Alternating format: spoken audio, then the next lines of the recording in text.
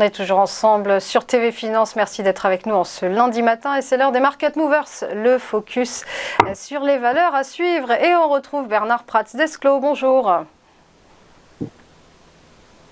Bonjour à vous. Vous êtes fondateur, on le rappelle, d'Ewinvest.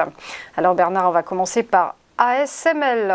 Les résultats de l'équipementier néerlandais pour l'industrie des semi-conducteurs sont bons et conséquence, un broker a relevé son objectif de cours. C'est tout à fait ça. Et en fait, ASML, pour ceux qui ne connaîtraient pas trop, c'est un des premiers fabricants mondiaux pour le matériel de lithographie qui est destiné à l'industrie des semi-conducteurs et donc à l'impression des circuits sur les plaques très fines de silicium. Alors, ceci étant dit, effectivement, on a la plupart des analystes qui sont à l'achat sur cette valeur. Et effectivement, dans un contexte où on sait bien qu'il y a une grosse pénurie de semi-conducteurs et que dans les années à venir, notamment pour l'automobile, on va avoir une grosse demande sur ce secteur, il semblerait logique d'être à l'achat sur cette valeur. Et pourtant, en dépit du fait que la plupart des analystes sont à l'achat, on est sur une valeur qui a perdu plus de 30% sur ses sommets depuis maintenant 3 mois, donc moins 30 en 3 mois, vous m'accorderez que ce n'est quand même pas rien, alors que tout le monde est à l'achat. Mais sur le plan graphique, on va voir que les choses sont peut-être un peu plus compliquées que ça et qu'en dépit d'un contexte macro et d'un contexte micro qui est assez positif, on voit bien que la valeur rencontre beaucoup de problèmes et beaucoup de résistances.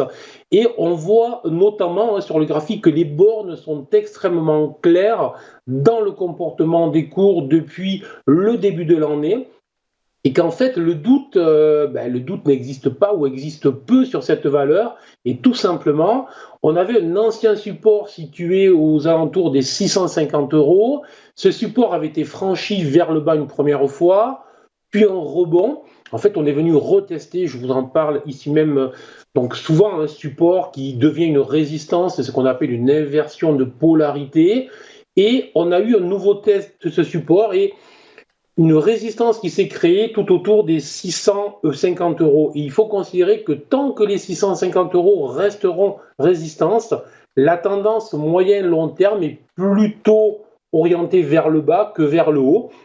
Donc plutôt être négatif sur la valeur que être positif. Et en plus, on va avoir un support qui est en train d'être essayé, qui teste depuis donc maintenant plusieurs jours, qui est situé entre les 510 et les 513 €, les cours qui testent ce support. Et là, vraiment, si on avait la cassure de ce support dans les prochaines heures ou dans les prochaines journées, à ce moment-là, on aurait vraiment la confirmation du fait que la tendance s'est retournée à moyen-long terme avec une accélération probable sous ce niveau. Donc, relativement neutre mais baissier entre les 510 et les 650, certainement pas à l'achat sous les 650 et une alerte très négative sous les 510 €.